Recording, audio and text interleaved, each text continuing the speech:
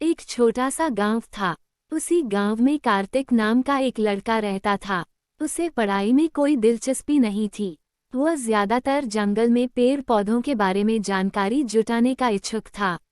इसके लिए वह कई घंटों जंगल अकेले ही निकल जाया करता था। उसके पिताजी को उसका जंगल घूमना पसंद नहीं था। वो उसे आवारा लड़का समझते थे। वह चाहते थे कि कार्तिक कुछ काम ढूंढ ले ताकि कुछ पैसे कमाने लगे। लेकिन उसे कहीं नौकरी नहीं मिलती, इसलिए वो उसे मजबूरी में अपनी ही किराने की दुकान में काम करने को कहते हैं। कार्तिक को दुकान में काम करने में कोई रुचि नहीं थी, लेकिन अपने पिताजी का दिल रखने के लिए उन्हीं के साथ दुकान में बैठने लगता है। कार्तिक को पतंग उड़ाने में मजा आता था, इसलिए वह खाली समय में अपने घर के पीछे पहाड़ी मैदान में पतंग उड़ाया करता था। कार्तिक की जिंदगी का कोई लक्ष्य नहीं था, इसलिए वह अपने काम में लापरवाही करता रहता था। कार्तिक के पिताजी जानते थे कि किराने की दुकान का काम कार्तिक के बस की बात नहीं, लेकिन उन्हें लग रहा था कि शायद वह काम सीख जाएगा। एक दिन कार्तिक दुकान में बैठा होता है। उसी समय एक ग्राहक आकर कार्तिक से छुट्टे पैसे मांगता है और कार्तिक बिना नोट चेक किए उसे खुला पैसे दे देता है और उसका नकली नोट अपने पास रख लेता है। और जब कार्तिक के पिताजी दुकान पर आते हैं तो वह नकली नोट उनके हाथ लग जाता है और जब उन्हें सारी बात पता चलती है तो वो गुस्से से कार्तिक को दुकान से निकाल देते हैं और कहते हैं, तुम दोबारा दुकान पर मत बैठना। कार्तिक को अपने पापा की बात बुरी नहीं लगती। दरअसल उसे दुकान में बैठना बिल्कुल पसंद नहीं था और वह चाहता था कि उसके पापा उसे दुकान में न बुलाएं।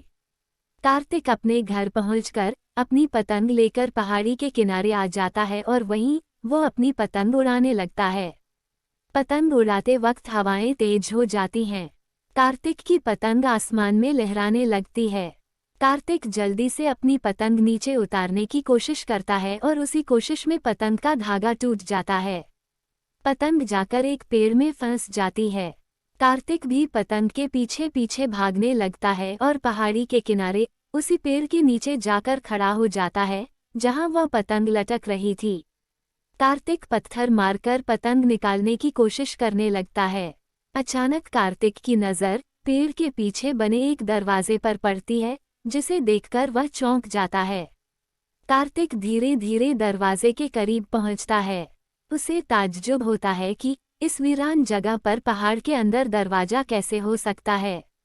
दरवाजा रहस्यमय लग रहा था। कार्तिक हिम्मत करके दरवाजे को खोल देता है।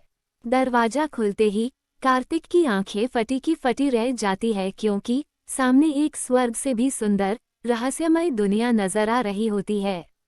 कार्तिक धीरे धीरे दरवाजे के अंदर बनी सीढ़ियों से उतरने लगता है।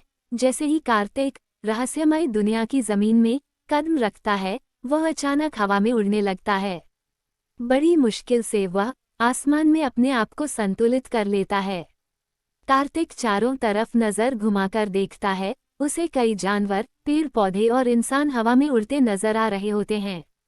और तो और बड़े बड़े घर हवा में उड़ रहे होते हैं, जिनमें सोलर पैनल लगाए गए थे।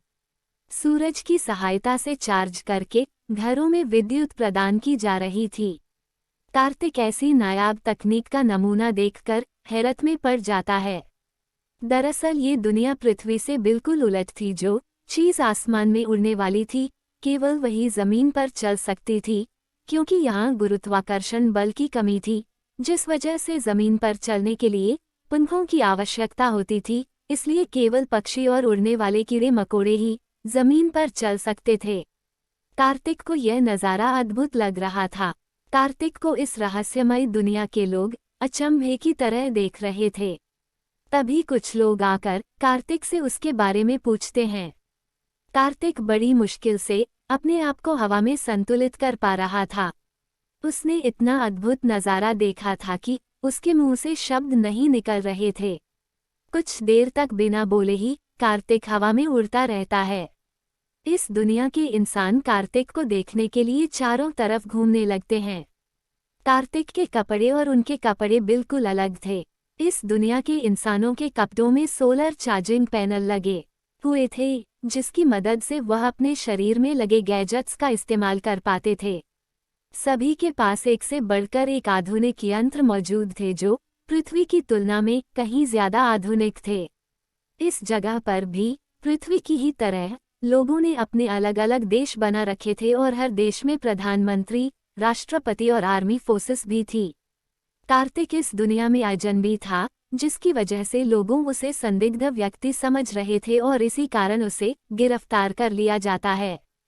कार्तिक बहुत विनती करता है कि मैंने कुछ नहीं किया, मुझे गिरफ्तार क्यों कर रहे हो। लेकिन उसकी बात किसी को समझ में नहीं आती।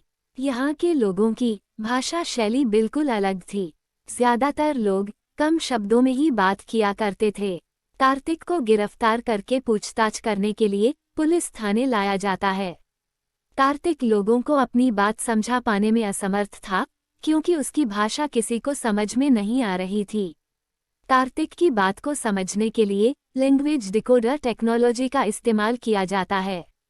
लैंग्वेज ट्रांसलेटर की मदद से उन्हें कार्तिक के बारे में बहुत हद तक जानकारी मिल जाती है और वह समझ जाते हैं कि कार्तिक कोई ऐसा व्यक्ति नहीं जिससे हमारी दुनिया को नुकसान पहुंचेगा, बल्कि यह पृथ्वी ग्रह से भटककर हमारी दुनिया में प्रवेश हो गया है।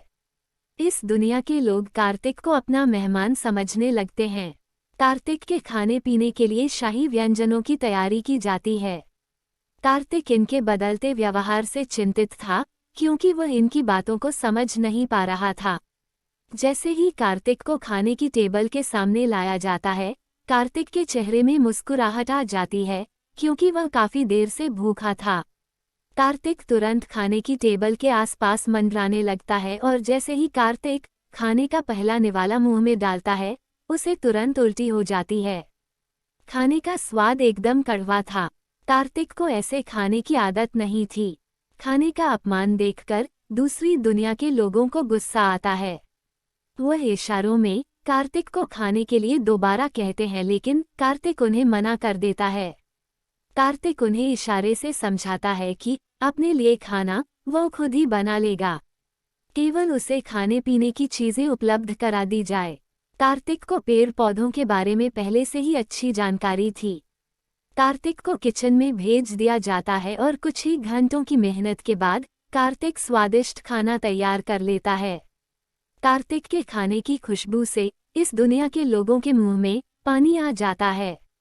वह भी कार्तिक का बनाया हुआ खाना चखना चाह रहे थे। कार्तिक सभी को खाने के लिए आमंत्रित करता है। कार्तिक का बनाया हुआ खाना खाते ही सभी कार्तिक के दीवाने हो जाते हैं। उन्होंने आज तक इतना स्वादिष्ट खाना नहीं खाया था।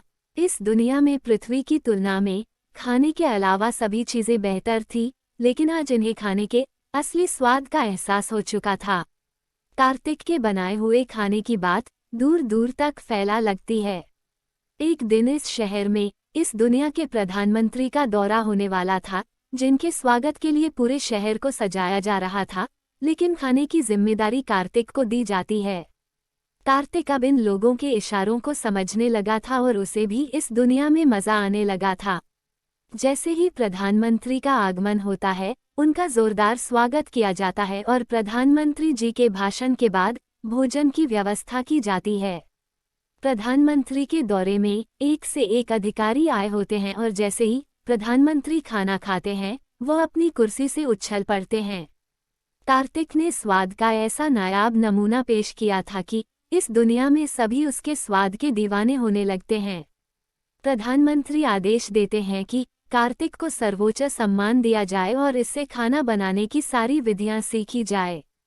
प्रधानमंत्री के आदेश से कार्तिक को इस दुनिया का प्रतिष्ठित नागरिक बना दिया जाता है। कार्तिक के रहने के लिए एक बहुत ही सुंदर घर उपहार स्वरूप दिया जाता है। कार्तिक की जिंदगी बदल चुकी थी और वह अब पृथ्वी नहीं जाना चाहता था। धीरे धीरे कार्तिक इसी दुनिया का स्थायी नागरिक बन चुका था। इसके बाद कार्तिक ने वह रहस्यमय दरवाजा कभी नहीं खोला।